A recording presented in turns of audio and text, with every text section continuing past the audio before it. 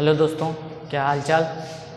तो अब मैं एक ट्रायंगल वाला क्वेश्चन लेकर आया हूँ जिसके सेंटर पर आपको क्या निकालना है, वैद्युत बल निकालना है कि सेंटर पर रखे आवेश पर कितना, सेंट्रॉइड पर रखे आवेश पर कितना वैद्युत बल लगेगा। तो हमने एक लिया है इक्विलेटरल ट्रायंगल, समबाहु त्रिभुज लिया है, ठीक है ना। समबाहु त्रिभुज के प्रत्येक कोने पर, प्रत्येक कॉर्नर पर जितने भी वर्टिसेस हैं सब पर क्यू आवेश रखा है, सब पे क्यू है, इस पे भी क्यू है, इस पे भी क्यू है, इस पे भी क्यू है, ठीक है। तो क्वेश्चन ये बोल रहा है कि अगर इसके सेंट्रॉइड पर हम कैपिटल क्यू आवेश रख दें, कैपिटल क्यू चार्ज रख दें तो उस पर कितना वैद्युत बल लगेगा, ठीक है, नेट वैद्युत बल कितना लगेगा, ठीक है। तो क्वेश्चन करते हैं। तो देखो, वैद्युत बल निकालने के लिए आपको क्या जरूरी है कि दो चार्ज चाहिए जिनके बीच बल लग रहा हो और उनके बीच की दूरी चाहिए, ठीक है। यहाँ पर दूरी नहीं पता है, ठीक है। दूरी कैसे निकालेंगे, हम मान लेते हैं कि अगर ये समबाहु त्रिभुज है तो समबाहु त्रिभुज की तीनों भुजाएं क्या होती हैं, इक्वल होती हैं, ठीक है। अगर अब मैंने माना कि एक ए है तो ये कितना होगा, ये भी ए होगा, ये भी ए होगा, ठीक है। अब तीनों ए हैं, ठीक है। अब देखो तीनों कितने एंगल के होते हैं, 60 डिग्री के होते हैं, ठीक है। ये भी 60 डिग्री का होगा पूरा, ये भी पूरा 60 डिग्री का होगा, ठीक है।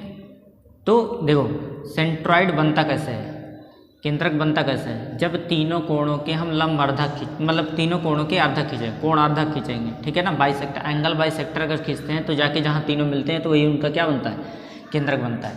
तो एंगल बाइसेक्टर है, कोण अर्धक है, तो अगर ये 60 है तो ये कितना हो जाएगा, 30 डिग्री, ठीक है, ठीक है। ऐसे सब 30 डिग्री हो जाएंगे। हम क्या करते हैं, इसको बढ़ाते हैं आगे। अगर आगे बढ़ाएंगे, ठीक है, ये ए है, ये ए है, ये क्या हो जाएगा a/2, क्योंकि समबाहु त्रिभुज है तो अगर पूरा ए है तो अगर लंबार्धक खींचोगे तो आधे पर आकर मिलेगा, ठीक है। तो ये कितना हो जाएगा a/2, क्योंकि पूरा कितना है, पूरा है a, ठीक है। तो जब ये कोणार्धक खींचेंगे तो कोणार्धक जहाँ पे मिलेगा सामने वाली साइड पर वो आधा ही बटेगा, क्योंकि समबाहु त्रिभुज है ना, ठीक है। तो सिमिट्री आएगी इसके अंदर। तो a/2 ये है, ठीक है। तो हमें क्या करना है, ये पूरी दूरी निकाल लेना, ये दूरी निकाल लेते हैं हम, ठीक है। तो ये लंब, ये आधार, ठीक है, पूरा निकाल लेते हैं। चलो ये मान लेते हैं हम कि ये d है, ठीक है। तो पहले हम निकालते हैं tan 60 डिग्री। tan 60 डिग्री बराबर क्या होगा, त्रिभुज ACD से, त्रिभुज ACD से अगर देखें, ठीक है, ACD से, तो tan 60 डिग्री बराबर क्या होगा, AD/CD। tan 60 डिग्री का मान कितना होता है, √3, ठीक है, √3 होता है। AD कितना है, AD नहीं पता करना है आपको, ठीक है। CD a/2 होता है, ठीक है। तो AD बराबर क्या हो जाएगा, √3a/2, ठीक है। ये AD की वैल्यू आ गई, ठीक है। लेकिन AD की वैल्यू से हमको मतलब नहीं है, हमें मतलब है AO से, ठीक है, OC से, OB से, क्योंकि Q कहाँ रखा है, O पर रखा है। तो O से B की दूरी, O से A की दूरी, O से C की दूरी हमें लेना है, ठीक है। तो देखो, तो पहले हम क्या निकालें, अब OD निकालेंगे, क्योंकि OA डायरेक्ट निकाल नहीं सकते हम, OD निकालेंगे तो क्या निकालेंगे, tan 30 डिग्री। तो tan 30 डिग्री बराबर क्या होगा, OD बटे लंब बटे आधार, यही तो होता है, OD बटे CD, ठीक है। tan 30 डिग्री का मान कितना होता है, 1/√3। OD कितना है वही निकालना है, CD कितना है, a/2, ठीक है। तो OD बराबर क्या हो जाएगा, a/2√3, ठीक है। अब AD निकल गया, OD निकल गया, तो हमें क्या निकालना है, AO। तो AO बराबर क्या हो जाएगा, AD माइनस OD। अगर पूरे AD में से OD निकाल दें तो AO पता चल जाएगा, ठीक है।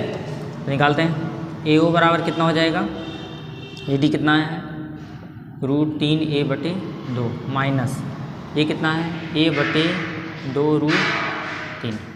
क्लियर है।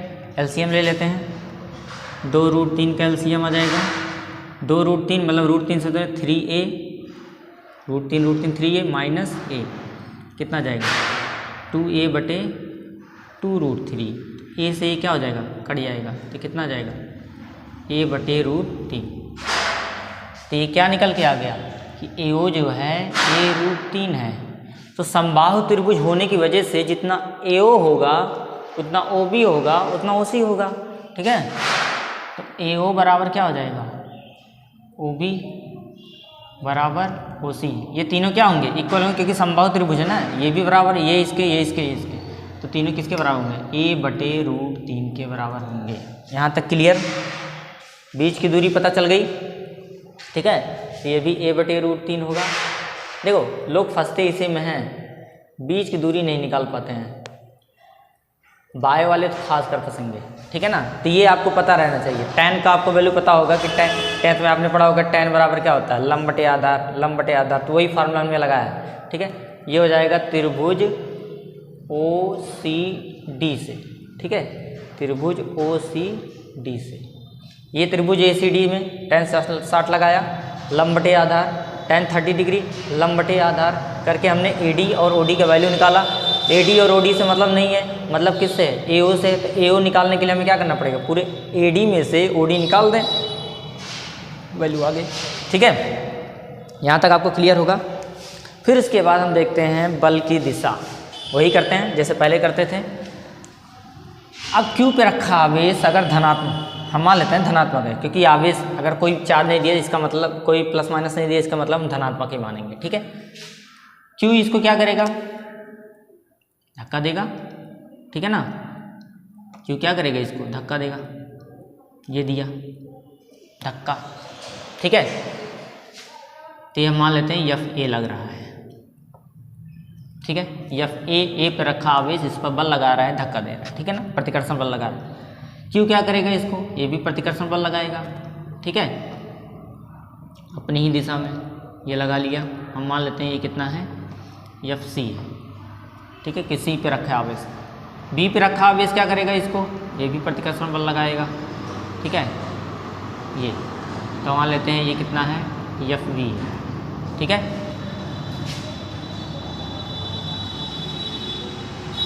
तो ये आपको देखने को मिल रहा है, ठीक है, FA की दिशा, FV और FC, ठीक है। तो देखो अब हमें तीनों की वैल्यू पहले निकालनी है, ठीक है। इतनी चीज़ें क्लियर हैं आपको, अगर इतनी चीज़ें क्लियर हैं तो हम आगे बढ़ते हैं।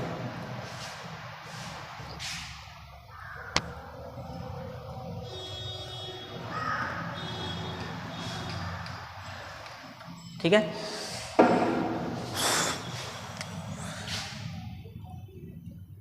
ये A है, तो सबसे पहले हम FA निकालते हैं। FA था किसका बल, Q के द्वारा, A पर रखे Q के द्वारा बल, ठीक है। FA, अच्छा आपको क्या दिखाई दे रहा है कि जहाँ Q ये है, स्मॉल q ये है, चलो वैल्यू निकाल लेते हैं पहले। तो K into Q small q बटे बीच की दूरी A/√3 का वर्ग, ठीक है।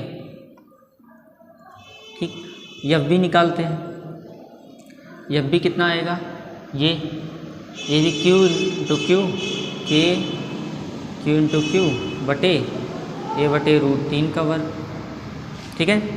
FC निकालते हैं, क्या ये भी वही होगा, Q, तो K इंटू Q बटे A/√3 का वर्ग, ठीक है। क्या पता चल रहा है कि तीनों बराबर हैं, ठीक है।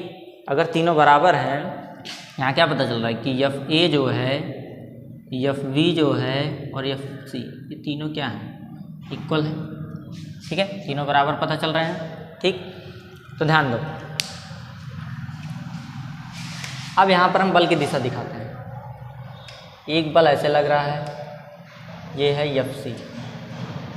एक बल ऐसे लग रहा है, ये है FV, ठीक है। एक बल ऐसे लग रहा है,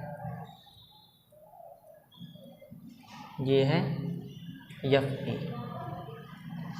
तो अगर हम किन्हीं दो के बीच परिणामी बल निकाल लें तो तीसरे से हम कर सकते हैं, ठीक है। तो अब जैसे मान लो FB और FC के बीच परिणामी बल निकालेंगे तो उसकी दिशा ये आएगी, FB और FC के परिणामी बल FR, ठीक है। फिर FR और FA में से जो बड़ा होगा उसमें से कम को घटाएं, क्योंकि अपोजिट डायरेक्शन में है, दोनों को जब जोड़ेंगे तो घट जाएंगे एक दूसरे से। ठीक है, तो पहले पता करते हैं कि एफ बी और एफ सी के बीच एंगल कितना होगा। ठीक है भाई साहब, ये 30 है, ये 90 है, ये कितना होगा 30 60। ठीक है, ये 30, ये 90, ये कितना होगा, ये भी 60, तो 60 60 मिलकर कितना हो गए 120। ठीक है, 120 ये हो गए, तो इसका मतलब ये भी 60 होगा, इसका मतलब ये भी 60 होगा, इसका मतलब ये भी 60 होगा, इसका मतलब ये भी 60 होगा। कितने 60 है, 1 2 3 4 5 6 6 36 360 पूरा बन रहा है कि नहीं बन रहा है। इसका मतलब हर दो बल के बीच 120 डिग्री कोण बन रहा है। तो कहने का मतलब इसके बीच कितने, इन दोनों के बीच कितने डिग्री कोण बनेगा 120 डिग्री का। इन दोनों के बीच भी कितना कोण बनेगा 120 डिग्री का। इन दोनों के बीच कितने डिग्री कोण बनेगा 120 का, तभी तो 12 3 36 360 होगा। ठीक है, तो हम पहले किन्हीं दो बल के बीच परिणामी बल निकाल लेते हैं। जैसे मान लो एफ बी और एफ सी के बीच निकालते हैं। ठीक है, तो एफ बी तथा एफ सी का परिणामी बल निकालते हैं। ठीक है ना, रिजल्टेंट फोर्स निकालते हैं हम। ठीक, तो निकालते हैं भाई। तो एफ आर बराबर क्या होगा अंडर रूट एफ बी का वर्ग, ठीक है ना, प्लस एफ सी का वर्ग plus 2 F B F C cos 120 degree. यही तो है, यही है ना। ठीक है, तो वैल्यू रखते हैं अगर, तो एफ बी एफ सी बराबर है। अच्छा 120 मैंने पहले ही वीडियो में बताया था, एक क्वेश्चन आया था, तो कॉस 120 का वैल्यू कितना होता है -1/2। तो -1/2 भी डायरेक्ट रखेंगे, तो अंडर रूट क्या हो गया एफ बी और एफ सी बराबर है। ठीक है, तो एफ बी हम मान लेते हैं तीनों बराबर है, तो तीनों की वैल्यू कितने के बराबर होगा एफ के बराबर होगा। तो ये भी एफ, जैसे अगर एफ ए बराबर एफ बी बराबर एफ सी है, तीनों बराबर है, हम तीनों को मान लेते हैं किसी एफ के बराबर है, तो तीनों की जगह हम एफ रख सकते हैं। ठीक है, तो एफ बी जगह भी एफ रखेंगे, F square plus 2 F into -1/2। ठीक है, 2 से 2 उड़ गया। ठीक है, एफ स्क्वायर क्या आ जाएगा F square plus F square, यहाँ क्या आ जाएगा -एफ स्क्वायर। एक एफ स्क्वायर कट जाएगा। ठीक है, एक एफ स्क्वायर बचेगा, रूट से क्या हो जाएगा एफ। इसका मतलब क्या पता चल रहा है कि जो इन दोनों का परिणामी बल है वो भी एफ है। इसका मतलब वो भी इन तीनों के बराबर ही है। ठीक है, तो ये चीज़ क्लियर है। ठीक, डायग्राम मिटाते हैं। ठीक है,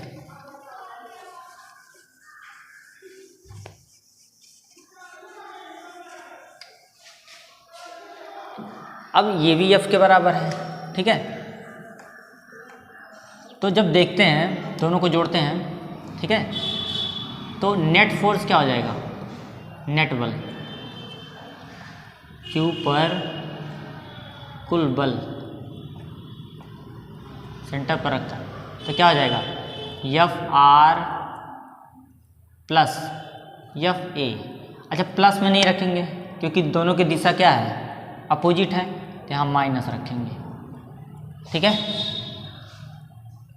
या हम ये कहते हैं प्लस ब्रैकेट में माइनस एफ ए, क्योंकि एक दूसरे के अपोजिट है ना। अगर एक ही दिशा में होता तो दोनों को प्लस कर देते, लेकिन एक दूसरे के अपोजिट है तो एक को माइनस में रखना पड़ेगा। एफ आर कितना है भाई साहब एफ प्लस माइनस हमने कहा था एफ ए भी एफ है, बताया था कि F A F B F C तीनों बराबर, तीनों को मैंने एफ माना था, तभी तो वैल्यू रखा था एफ। और एफ से अब क्या हो गया कट गया, क्या हो गया 0 न्यूटन। क्या पता चला इसका मतलब कि अगर सेंटर पर बल निकाल रहे हैं फोर्स, जिस तरीके से क्वेश्चन दिया है, क्वेश्चन के हिसाब से वैल्यू कितना आया 0 न्यूटन। ठीक है ना, उस पर कोई बल नहीं लगेगा। ठीक, समझ में आया आपको। ठीक है, फिर अब अगले लेक्चर में अगले न्यूमेरिकल के साथ मिलते हैं। ठीक है, ये सभी अच्छे क्वेश्चंस हैं। ठीक है, धन्यवाद।